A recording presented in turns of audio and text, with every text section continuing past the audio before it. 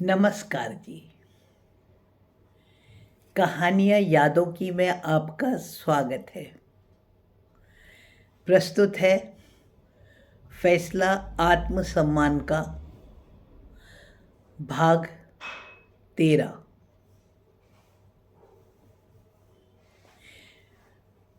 वर्मा जी खाना खाकर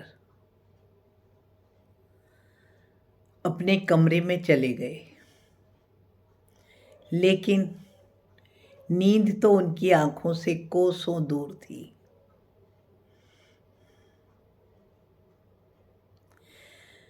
इतने से ही समय में वर्मा जी को समझ आ गया था कि उनका रुबाब सिर्फ मालती जी के ही कारण था। केवल एक वही थी जो कि पूर्णतया उनके लिए समर्पित थी। गाड़ी ने तो 4 बजे आना था, लेकिन वर्मा जी तो 3 बजे से ही उठकर तैयार होने आरंभ हो गए थे। उन्होंने अपना सारा सामान इकट्ठा कर लिया था। हालांकि सोनीपत से अंबाला तक का सफ़र भले ही लगभग 4 घंटे का हो, परंतु वर्मा जी देर से नहीं पहुंचना चाहते थे। इसलिए उन्होंने 4 बजे ही टैक्सी मंगवा ली थी। वर्मा जी की बेचैनी इस कदर बढ़ी हुई थी कि 3:30 बजे से 4 बजे तक का सफ़र उनसे काटे नहीं कट रहा था।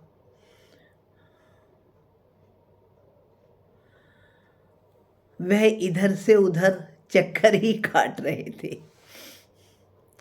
बार बार कभी मोबाइल में देखते, कभी अपनी घड़ी में,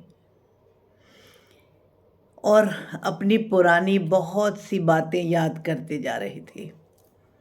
4 बजे डोरबेल बजी और साथ ही उनका मोबाइल भी। ड्राइवर ठीक समय पर आ चुका था। बेल की आवाज़ सुनकर सुशील भी अपने कमरे से बाहर आ गया था। वर्मा जी ने उससे कहा, जाओ, तुम तो सो जाओ, मेरे पास में दूसरी चाबी है, मैं उससे बंद करके चला जाऊंगा।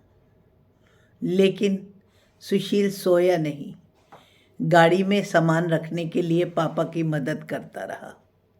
ड्राइवर ने जब सारा सामान रख दिया तो सुशील ने खुद ही दरवाज़ा बंद कर लिया था। गाड़ी सरपट दौड़ी चली जा रही थी और लगभग उसी गति से वर्मा जी के विचार भी चल रहे थे। ड्राइवर को लोकेशन का ज्ञान था। वर्मा जी आंख बंद करके पीछे ही ऊँघ रहे थे, लेकिन मन ही मन उन्होंने मालती जी के सुंदर मुस्कुराते हुए मासूम चेहरे से लेकर उनके उदासी भरे बदरंग और बुढ़ाते हुए चेहरे तक के बारे में सोचने का क्रम जारी रखा। गाड़ी अनवरत चल रही थी। उधर मालती जी भी सारे सामान को बहुत अच्छे से पैकिंग करके रख रही थी। माँ की तो खुशी का ही ठिकाना नहीं था। रमन ने भी कैटरिंग वाले को बुलवाया हुआ था। कविता भाभी का बड़ा बेटा आनंद तो पुणे से नहीं आ पाया था और ना ही हॉस्टल वाला छोटा बेटा आया था। हाँ, पर उनकी शादीशुदा बेटी गुड्डी ने जरूर आना स्वीकार कर लिया था। मालती देवी गुड्डी और दामाद जी के लिए कपड़े पैक करके रख दिए थे। पप्पी लिफाफे में पैसे डालकर मेहमानों को लेने देने के लिए लिफाफे बना रहा था। रिंकू और रमन भी कैटरिंग इत्यादि बहुत से कामों में व्यस्त थे। पूरी रात यूं ही नाचते कूदते मजाक करते हुए बीती थी। और रिंकू वो भी फ़ोन पर पूरी रात ही व्यस्त था। शायद उधर प्रिया भी नहीं सोई होगी। रमन ने वर्मा जी के लेने देने के लिए कपड़े रख दिए थे और माँ ने भी एक साड़ी मालती जी के लिए निकाल ली थी। मालती जी आते हुए कोई भारी साड़ी तो लाई नहीं थी, जो कि विवाह के शुभ अवसर पर या कि ऐसे किसी शुभ अवसर पर पहन सके। हालांकि वो जब रमन के साथ कपड़े खरीदने गई थी तो मालती जी ने चाहकर भी एक बहुत सुंदर साड़ी अपने लिए नहीं खरीदी थी, क्योंकि उनका ख्याल था कि रमन उनसे उस साड़ी के पैसे नहीं लेगा और वह नहीं चाहती थी कि उनकी साड़ी के लिए भी माँ, भैया, भाभी को इतने पैसे खर्च करने पड़े। हालांकि पैसे उनके पास थे, पर फिर भी रमन उनसे पैसे लेता नहीं। और रमन ने जब कहा भी तो उन्होंने यही कहा, इसका ब्लाउज तो इतनी जल्दी बन नहीं सकता, इसलिए फ़ायदा क्या है नई साड़ी खरीद कर भी। ऐसे कहकर उन्होंने नई साड़ी खरीदने से मना कर दिया था। रमन ने तो अपनी बेटी गुड्डी के लिए एक साड़ी ली भी थी, इसलिए रमन अपनी बहन मालती जी को भी कह रहा था कि आप भी खरीद लो। लेकिन जब उन्होंने कह दिया कि माँ के पास ऊपर ट्रंक में जो साड़ियाँ रखी हैं, मैं तो उनमें से ही ले लूँगी, पहनने के लिए है मेरे पास अच्छी साड़ी। हालांकि मालती जी को भी लग रहा था कि वर्मा जी के आने पर वह अच्छी सी साड़ी पहनकर मिले, वरना वह क्या सोचेंगे। लेकिन उन्होंने इन विचारों को मन से निकालकर सिर्फ और सिर्फ घर के काम पर ही ध्यान लगाया। उन्हें यह सोचकर बहुत खुशी हो रही थी कि अब भाभी का घर भी फिर से बस जाएगा और माँ अब अकेली नहीं रहेगी। सब यही घर है ना? पहुँच गए? अरे, आप सो रहे हैं क्या? ड्राइवर ने दोबारा से पूछा तो ख्यालों की नींद से वर्मा जी जागे और बोले, हाँ हाँ, यही घर है। अभी तो केवल 7 ही बजे थे। शायद जाम ना मिलने के कारण ड्राइवर ने इतनी जल्दी पहुंचा दिया था, या गाड़ी की स्पीड पर तो वर्मा जी ने ध्यान ही नहीं दिया। वो तो सिर्फ और सिर्फ अपने ख्यालों में ही खोए हुए थे। गाड़ी के हॉर्न की आवाज़ और डोर बेल की आवाज़ सुनकर घर के सब लोग बाहर निकल कर आए तो देखा वहाँ वर्मा जी खड़े थे। रमन ने, पप्पी, रिंकू, सब ने वर्मा जी का पैर छूकर स्वागत किया। गाड़ी में से सब वर्मा जी का सामान निकलवाने में मदद करने लगे। फलों का टोकरा और मिठाई के डब्बे देखकर मालती जी बेहद हैरान थी।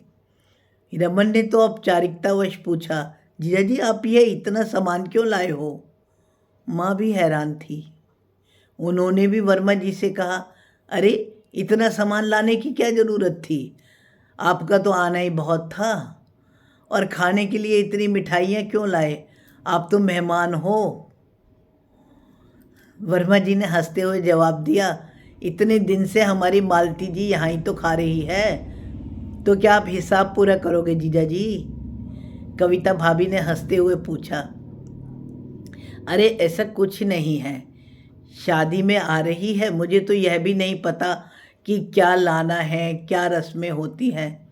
इन सब बातों के बारे में बतलाने वाली मालती तो आपके पास ही थी, इसलिए मुझे जो समझ में आया मैं वह ले आया। उन्होंने एक अटैची मालती जी को पकड़ाते हुए कहा, इसमें तुम्हारे लिए गहने और साड़ियाँ हैं जो कि तुम पहन लेना, और हाँ, यहाँ पर तुम बड़ी बुआ हो तो सबके लिए तुम्हें भी कुछ लेना देना होगा, इसलिए कुछ साड़ियाँ और कपड़े मैंने लेने देने के लिए भी इसी अटैची में रखे हैं। अपने हिसाब से सबको विदा कर देना, और अगर पैसों की कोई ज़रूरत हो तो। वर्मा जी के इस रूप को देखकर मालती बेहद हैरान हो रही थी। इतने में पप्पी चाय और सारा सामान लेकर आ गया। ड्राइंग रूम में वर्मा जी तो चाय पी रहे थे, मालती अटैची लेकर अपने कमरे में आ गई थी। ड्राइंग रूम में वर्मा जी चाय पानी पी ही रहे थे, इतने में गुड्डी भी अपने पति के साथ आ गई। कविता भाभी मालती जी की अटैची में रखे हुए सामान को देखने की बहुत इच्छुक थी, इसलिए उन्होंने गुड्डी को भी वहाँ ही बुला लिया। मालती जी हैरान थी। अटैची खोलकर देखा तो बिल्कुल वैसी ही साड़ी जैसी कि वह खरीदना चाह रही थी, वर्मा जी ने लाकर रखी हुई थी, और दूसरी साड़ी तो उससे भी बढ़िया थी। पता नहीं वर्मा जी ने उनके ब्लाउज कब कब में बनवा लिए। वर्मा जी का यह रूप तो उनके लिए एकदम अनजाना था। इस उम्र में भी यह सब देखकर एक अजीब सी खुशी की अनुभूति हो रही थी। वह समझ नहीं पा रही थी कि यह सब सच है या स्वप्न। गुड्डी भी मालती जी की साड़ी देखते ही बोली, वाह बुआ, कितनी सुंदर साड़ी है। ये देखो तो दादी, दादी इनकी साड़ी देखो कितनी सुंदर है।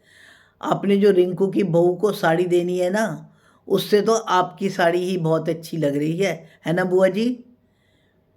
इतना सामान देखकर मालती जी तो खुद ही असमंजस की स्थिति में खड़ी हुई थी और बहुत हैरान हो रही थी। धन्यवाद जी। इस धारावाहिक का 13वां भाग यहाँ समाप्त होता है। अगले भाग के लिए कृपया प्रतीक्षा कीजिए। मेरे इस धारावाहिक या कि मेरी कहानियों को यदि पसंद आती हैं तो मेरे चैनल को लाइक, कमेंट और सब्सक्राइब ज़रूर करें। धन्यवाद जी।